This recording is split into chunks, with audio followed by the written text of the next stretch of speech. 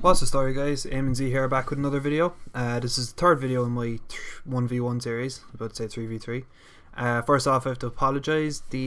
Because I'm an idiot, the capture card didn't record the sound in this game, so you're going to have to deal with that epic background music.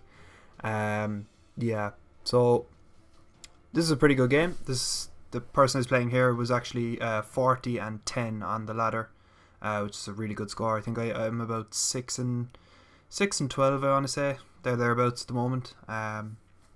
So pretty good game. On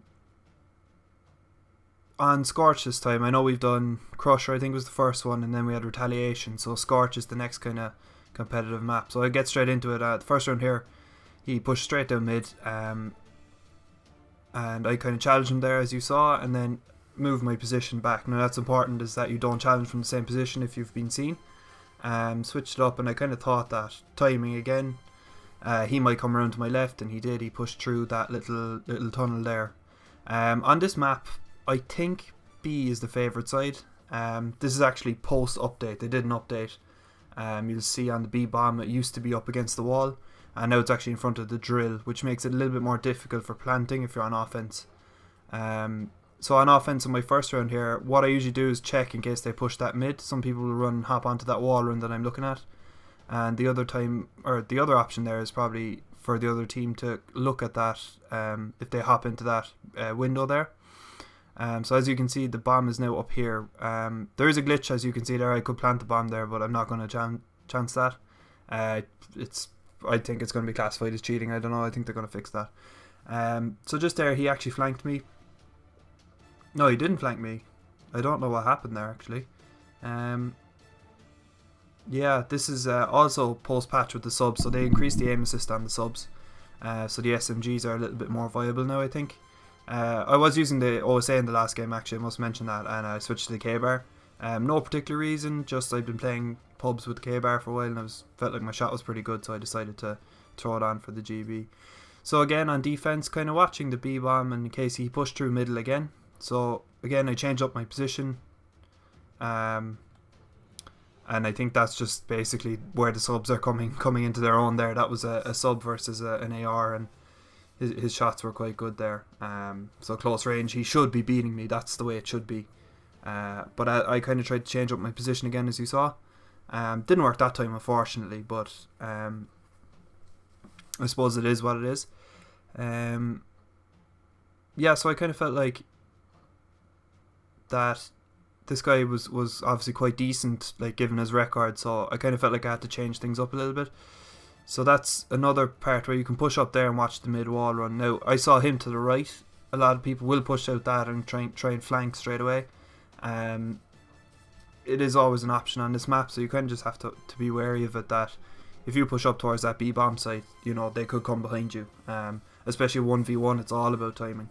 So for the majority of, I think for like 20 seconds there, I just sat in a corner, waited in case he might push me, run past me, I could get timing on him. That's always an option if you're not sure what to do. I mean, there's no harm in just sitting in a corner. I mean, you have a minute and a half from when the round starts, so you know, you could kind of sit there for 20 seconds and see what happens.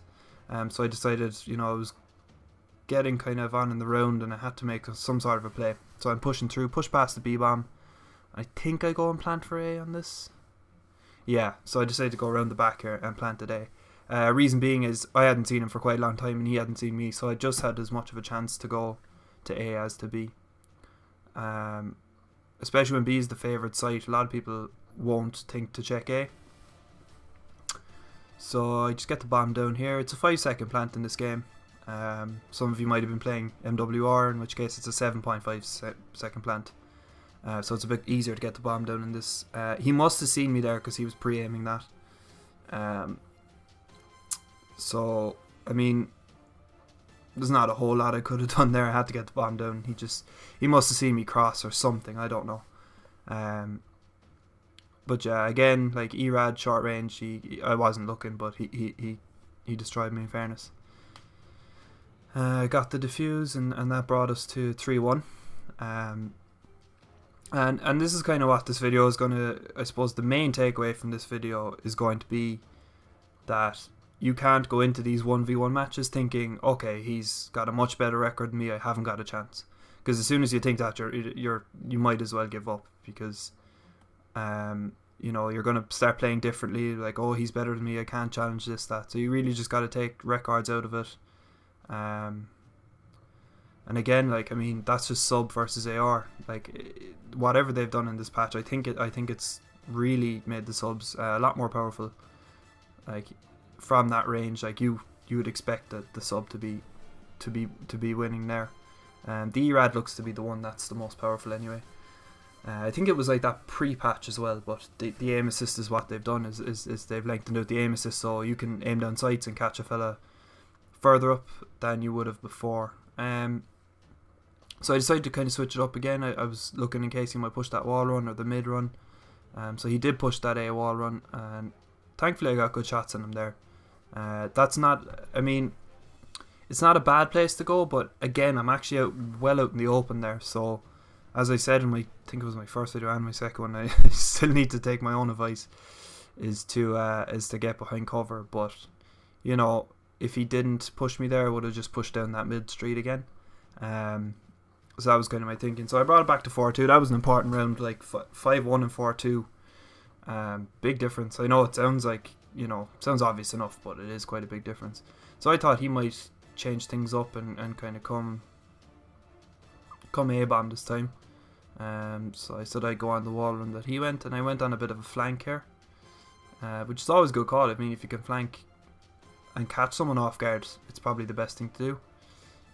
Probably a bit too aggressive though.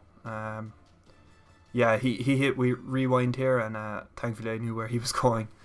I think they also nerfed rewind and active camo actually, so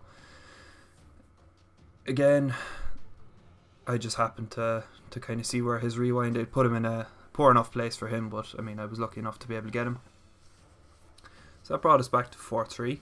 At this point I'm kind of thinking, if I get another round here, I'm in a good position. So kind of did something a bit nuts, decided to switch it up a little bit. He's pushed that wall run a few times, so I was thinking he's going to do it again, and I was right. And it's kind of a bit of a cat and mouse thing there. He somehow managed to stay up. I think that has, I kind of a bit confused as to how that happened, but he managed to stay up anyway. I got a fair few shots on him. He was quite weak. I thought he might fall off the map, but it didn't happen. Go figure. So yeah, I'm kind of looking around from. So I spotted him there, and he didn't spot me, or he did spot me actually. But again, rather than rushing to try and find him, or pushing up on him, or sprinting towards him, is something that I do quite a lot. I kind of just kind of get somewhere that you can kind of get away from them in that gunfight, and the shots were good there in the end. It's always easier to I find it's easier to shoot when you're not in the air. That's just a personal preference, but so we brought it back to 4-4. Pretty happy with how we brought it back actually. I think it was 4-1 down, yeah. Again, I thought he might push the A bomb site this time just to switch it up, and yes, he did. Slid in there. Took a while to kill him. I think he slid in behind the bomb and kind of, that blocked a bit of his body. So I mean, you can always sit a corner, especially on defense, if you're not really sure, or you have an idea that they might push through. It's no harm to sit a corner. Just play kind of passive, play your life. And lucky enough, I got the Scarab and nearly have the active camo. So I forgot to talk about rigs. So I'm running the Phantom and the active camo again. I think he's running Synaptic with rewind. Yeah, we saw that. So again, I kind of pushed up, and I expected a flank here. I think I got caught out here actually, because I was like, okay, he's not flanking me, and then I thought he might push late, and I don't know where he came from there. So this is timing. I mean, as I said, 1v1s are a lot about timing. And yeah, he did hit the flank, and it was just, unfortunately, just when I turned away, and sure, like, I had no problem there. I think the one thing I'd say about that play, or that round for me, is I really should have been a bit more decisive to go get the bomb down. I might have been able to do that. But it is what it is. Brought it back to 5-5. So again, I kind of thought, okay, he might push down to say hallway. Again, on defense, I mean, you got to play more passive. So I didn't try and push up too much. I was kind of watching all my lanes, backing up, and got a few shots in him here outside the door. And he was so weak that I managed to, he was just one bullet, get the 6-5 win. So again, really good map. I'm really happy with the win. I think I'm starting to play with a bit more sense in what I'm doing. It's nice to see the progression between